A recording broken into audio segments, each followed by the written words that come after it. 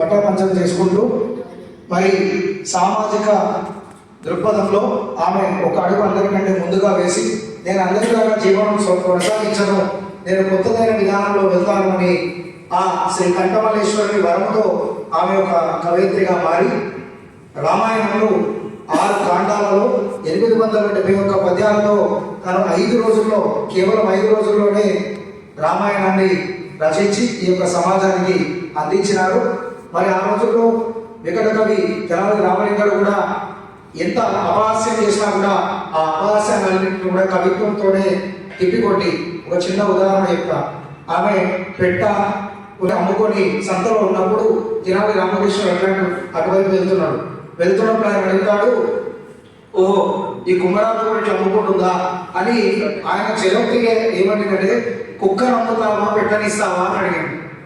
అంటే దాంట్లో సంస్కృతిలో వాళ్ళ కవిత్వంలో అంతే డెప్త్ అయినటువంటి ఒక అశ్లీతత్వంతో అడిగినటువంటి ప్రశ్నకు మొల్లమాంబ సమాధానం ఏ రకంగా చెప్పింది అంటే, అమ్మను కదా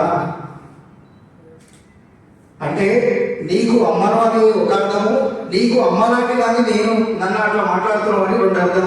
అంటే ఆ రోజుల్లోనే ఆ భగవంతుని దయతో అంత ఆ యొక్క కవుల యొక్క ఆ యొక్క అశ్లీలైనటువంటి వ్యాఖ్యలను వివక్షను తిప్పికొట్టినటువంటి వ్యక్తిత్వం కలిగినటువంటి శక్తి మొల్లమాంబ గారు.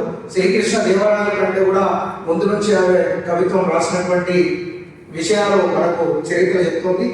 ఆమె ఏ వర్ణన చేసినా కూడా సమాజంలో ఎవరు కూడా ఏదో బానిస సంఖ్యల మధ్యలో ఉన్నట్టు కాకుండా మనమంటూ మన వ్యక్తిత్వంతో ఎదగాలి అనేటువంటి విషయాన్ని సమాజానికి అందించినటువంటి మార్గదర్శి.